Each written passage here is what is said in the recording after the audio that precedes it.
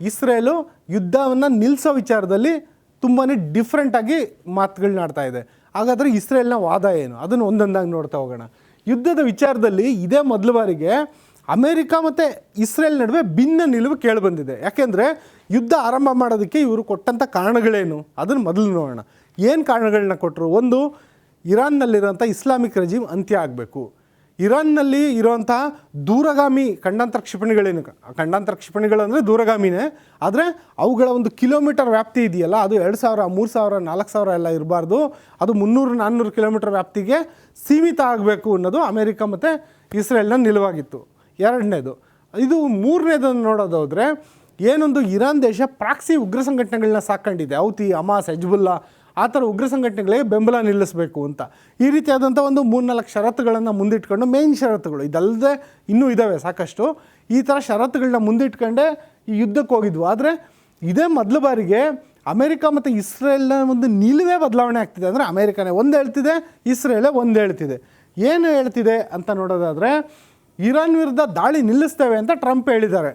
ಮತ್ತು ಇದನ್ನು ನಾವಾಗಲೇ ಇಂದಿನ ಒಂದು ಸ್ಲೈಡಲ್ಲಿ ನೋಡಿದ್ವಿ. ಆದರೆ ಇಸ್ರೇಲ್ ಏನು ಹೇಳ್ತಿದೆ ಅಂದರೆ ಯುದ್ಧ ಮುಂದುವರಿಸ್ತೀವಿ ಅಂತ.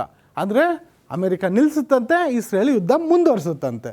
ಇಸ್ರೇಲ್ ಹಂಗೆ ಮುಂದುವರಿಸ್ತೀನಿ ಅಂತ ಹೇಳ್ತಿರೋದೇನಕ್ಕೆ ಅಂದರೆ, ಇಸ್ರೇಲ್ ಪ್ರಧಾನಿ ಬೆಂಜಮಿನ್ ನೆತನ್ಯಾಹು ಅವರಿದ್ದಾರಲ್ಲ, ಅವರು ಯುದ್ಧ ಮುಂದುವರಿಸುವ ತಮ್ಮ ಇಂಗಿತನ ಇದೇ ಮೊದಲ ಬಾರಿ ಅಲ್ಲ, ಈ ಹಿಂದೆನೂ ಕೂಡ ಹಲವು ಬಾರಿ ವ್ಯಕ್ತಪಡಿಸಿದರು. ಏನಕ್ಕೆ ಹಂಗೆ ಹೇಳ್ತಿದ್ದಾರೆ ಅಂತ ಕೇಳೋದಾದರೆ, ನಮ್ಮ ಅಸ್ತಿತ್ವಕ್ಕೆ ಈ ಒಂದು ಇಸ್ಲಾಮಿಕ್ ಆಡಳಿತ ಮುಳುವಾಗಿದೆ ಅಂತ. ಯಾಕೆಂದರೆ ಇರಾನ್ ಏನು ಹೇಳುತ್ತೆ ಅಂದರೆ, ಇರಾನ್ನ ಇಸ್ಲಾಮಿಕ್ ಆಡಳಿತ ಯಾವಾಗ 1979ರಲ್ಲಿ ಶಾ ರಜಾ ಪಹಲ್ವಿ, ಅದು ಅಮೇರಿಕಾದ ಕೈಗೊಂಬೆ ಸರ್ಕಾರ ಆಗಿತ್ತು, ಆ ಸರ್ಕಾರ ಪತನ ಆಗಿ ಇಸ್ಲಾಮಿಕ್ ಸರ್ಕಾರ ಬಂದ ದಿನದಿಂದ ಹಿಡಿದು ಇವತ್ತಿನವರೆಗೂ ಇರಾನ್ ಹೇಳ್ತಿರೋದೇನು ಅಂದರೆ, ಅಮೇರಿಕ ಅನ್ನೋದೇನಿದೆ ಅದು ಬಡಾ ಸೈತಾನ್, ಇಸ್ರೇಲ್ ಅನ್ನೋದೇನಿದೆ ಅದು ಛೋಟಾ ಸೈತಾನ್. ಅಂದರೆ ಇಬ್ಬರು ಸೈತಾನ್ಗಳೇ, ಆ ಇಬ್ಬರು ಸೈತಾನ್ಗಳೇ ನಮ್ಮ ದೊಡ್ಡ ದುಶ್ಮನ್ಗಳು, ನಮ್ಮ ದೊಡ್ಡ ಶತ್ರುಗಳು ಅಂತ ಇರಾನ್ ಹೇಳ್ತಾ ಬಂದಿದೆ. ಹಂಗಾಗಿ ಅಮೇರಿಕ ಏನೋ ತುಂಬ ದೂರದಲ್ಲಿದೆ ಇರಾನ್ಗಿಂತ, ಆದರೆ ನಾವು ಇರಾನ್ಗೆ ಸಮೀಪದಲ್ಲೇ ಇದ್ದೀವಿ, ನಾವು ಒಂದೇ ಖಂಡದಲ್ಲಿದ್ದೀವಿ, ಒಂದೇ ಭೂಖಂಡದಲ್ಲಿದ್ದೀವಿ. ಇಂಥ ಸಂದರ್ಭದಲ್ಲಿ ನಮ್ಮ ಅಸ್ತಿತ್ವಕ್ಕೆ ಈ ಒಂದು ಇಸ್ಲಾಮಿಕ್ ಆಡಳಿತ ಮುಳುವಾಗಿದೆ. ಯಾಕೆಂದರೆ death to America, death to Israel ಅಂತ ಹೇಳ್ಬಿಟ್ಟು ಇರಾನ್ನಲ್ಲಿ ಘೋಷಣೆ ಕೂಗ್ತಾರೆ. ಹಂಗಿರುವಾಗ ಅದು ನಮ್ಮ ಅಸ್ತಿತ್ವಕ್ಕೆ ಬಂದಿರುವಂಥ ಧಕ್ಕೆ, ಇದು ನಮ್ಮ ಅಸ್ತಿತ್ವದ ಪ್ರಶ್ನೆ. ಹಂಗಾಗಿ ನಾವು ಈ ಹೋರಾಟನ ನಿರಂತರವಾಗಿ ಮಾಡ್ತೀವಿ ಅಂತ ಹೇಳ್ಬಿಟ್ಟು ಹೇಳ್ತಿದ್ದಾರೆ. ಮತ್ತು ಈ ಭಯೋತ್ಪಾದಕ ಇಸ್ಲಾಮಿಕ್ ಸರ್ಕಾರನ ನಾವು ಅಂತ್ಯ ಮಾಡಲೇಬೇಕು ಅಂತ. ಯಾಕೆಂದರೆ ಬರೀ ಇರಾನ್ ಮಾತ್ರ ಅಲ್ಲ ಇಸ್ರೇಲ್ ಮೇಲೆ ದಾಳಿ ಮಾಡ್ತಿರೋದು. ಇತ್ತೀಚಿನ ದಿನಗಳಲ್ಲಿ ನೀವೇ ಸುದ್ದಿಗಳನ್ನ ಗಮನಿಸಿರ್ಬೋದು. ಲೆಬನಾನ್ನಲ್ಲಿರುವಂಥ ಹೆಜ್ಬುಲ್ಲಾ ಉಗ್ರರ ದಾಳಿ ಮಾಡ್ತಿದ್ದಾರೆ, ಯಮನ್ನಲ್ಲಿರುವಂಥ ಹೌತಿ ಉಗ್ರರ ದಾಳಿ ಮಾಡ್ತಿದ್ದಾರೆ.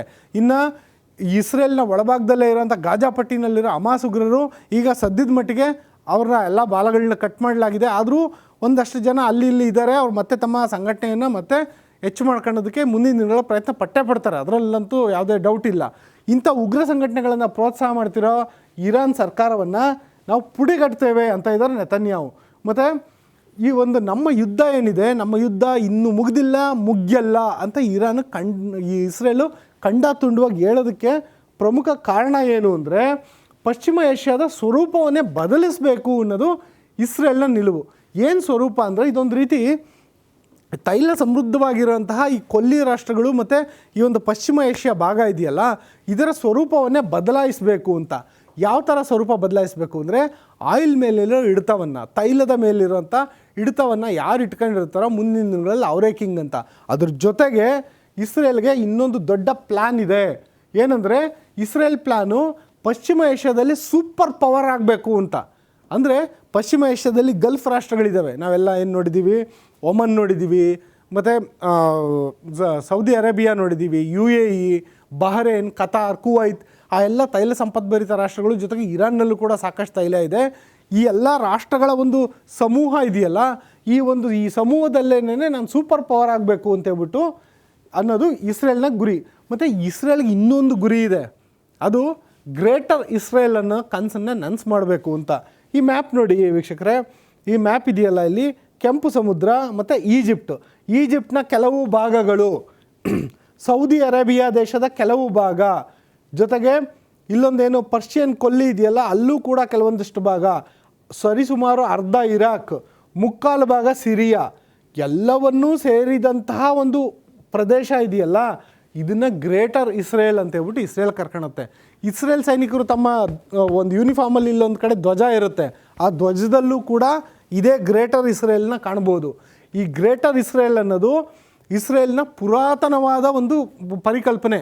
ಅಂದರೆ ಶತಶತಮಾನಗಳ ಹಿಂದೆ ಯಾವಾಗ ಒಂದು ಕ್ರೈಸ್ತ ಧರ್ಮ ಉಗಮ ಆಗೋದಕ್ಕಿಂತ ಮೊದಲಿನ ಸಂದರ್ಭದಲ್ಲಿ ಈ ಒಂದು ಗ್ರೇಟರ್ ಇಸ್ರೇಲ್ ಈ ರೀತಿ ಇತ್ತು ಅನ್ನೋದು ಒಂದು ಕಾಲ್ಪನಿಕ ನಕ್ಷೆ. ಆ ಕಾಲ್ಪನಿಕ ನಕ್ಷೆಯನ್ನು ನಿಜ ಮಾಡಬೇಕು ಅನ್ನೋದು ಇಸ್ರೇಲ್ನ ಒಂದು ಹಳೆಯ ಅಜೆಂಡಾ. ಆ ಹಳೆಯ ಅಜೆಂಡಾನ ನನ್ಸ್ ಮಾಡೋದಕ್ಕೆ ಈ ರೀತಿಯಾದಂಥ ದಾಳಿಗಳು ನಡೀತಿದೆಯಾ? ಒಂದು ವೇಳೆ ಈ ರೀತಿಯಾದಂಥ ದಾಳಿಗಳು ನಡೆದಂಥ ಸಂದರ್ಭದಲ್ಲಿ ಇರಾನ್ ತನಕ ಅಂತೂ ಇಸ್ರೇಲ್ ಹೋಗೋದಿಲ್ಲ, ಆದರೆ ಈ ಒಂದು ಗ್ರೇಟರ್ ಇಸ್ರೇಲ್ ಇದೆಯಲ್ಲ ಅದು ಅದರ ಗಡಿ ಇರಾನ್ ಜೊತೆಗೆ ಹೊಂದ್ಕೊಳ್ಳುತ್ತೆ. ಅಂಥ ಒಂದು ದೊಡ್ಡ ಇಸ್ರೇಲ್ ಸಾಮ್ರಾಜ್ಯವನ್ನು ಕಟ್ಟೋದು ಗ್ರೇಟರ್ ಇಸ್ರೇಲ್ನ ಗುರಿ. ಆ ಕನಸನ್ನು ನನಸು ಮಾಡ್ಕೊಳ್ಳೋದಕ್ಕೋಸ್ಕರ ಇವರು ನಿರಂತರವಾಗಿ ಪಶ್ಚಿಮ ಏಷ್ಯಾದಲ್ಲಿ ದಾಳಿಗಳನ್ನ ಸಂಘಟಿಸ್ತಾ ಬರ್ತಾ ಇದ್ದಾರೆ. ಜೊತೆಗೆ ಈ ರೀತಿಯಾದಂಥ ಪರ್ಷಿಯನ್ ಗಲ್ಫ್ ಇದೆ, ಆ ಒಂದು ಪ್ರಾಂತ್ಯ ಏನಿದೆಯಲ್ಲ, ಈ ಕೊಲ್ಲಿ ರಾಷ್ಟ್ರಗಳ ಪ್ರಾಂತ್ಯ, ಅಲ್ಲಿ ಅಸ್ಥಿರತೆ ಉಂಟು ಮಾಡ್ತಿದ್ದಾರೆ. ಈ ಒಂದು ಪ್ರಶ್ನೆ ಅಂತೂ ಇದ್ದೇ ಇದೆ. ಆದರೆ ಈಗ ಸದ್ಯದ ಮಟ್ಟಿಗೆ ಅವರು ದಾಳಿ ಮಾಡ್ತಿರೋದು ಇರಾನ್ ವಿರುದ್ಧ.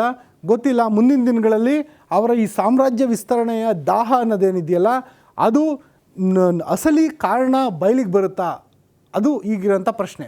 ಇದು ಇಸ್ರೇಲ್ನ ಒಂದು ಅಸಲಿ ಪ್ಲ್ಯಾನ್ ಏನು ಮತ್ತು ಸದ್ಯದ ಮಟ್ಟಿಗೆ ಯುದ್ಧದಲ್ಲಿ ಇಸ್ರೇಲ್ನ ನಿಲುವೇನು ಅನ್ನೋದನ್ನು ನೀವು ಗಮನಿಸಿದ್ರಿ. ಇನ್ನು ಮುಂದಿನ ಹಂತದಲ್ಲಿ ವೀಕ್ಷಕರೇ ನಾವು ಇರಾನ್ನ ತಂತ್ರಗಾರಿಕೆ ಏನು, ಇರಾನ್ ಏನು ಮಾಡ್ತಿದೆ, ದಾಳಿ ಮಾಡಿದಂಥ 2 ರಾಷ್ಟ್ರಗಳಲ್ಲಿ ಒಂದು ಹೇಳ್ತಿದ್ದೆ ನಾನು ಸೈಲೆಂಟ್ ಆಗಿರ್ತೀನಿ ಅಂತ, ಇನ್ನೊಂದು ನಾನು ಯುದ್ಧ ಮಾಡ್ತೀನಿ ಅಂತಿದೆ. ಆದರೆ ದಾಳಿನ ಎದುರಿಸ್ತಿದೆಯಲ್ಲ ಏಕಾಂಗಿಯಾಗಿ, ಆ ರಾಷ್ಟ್ರದ ನಿಲುವೇನು?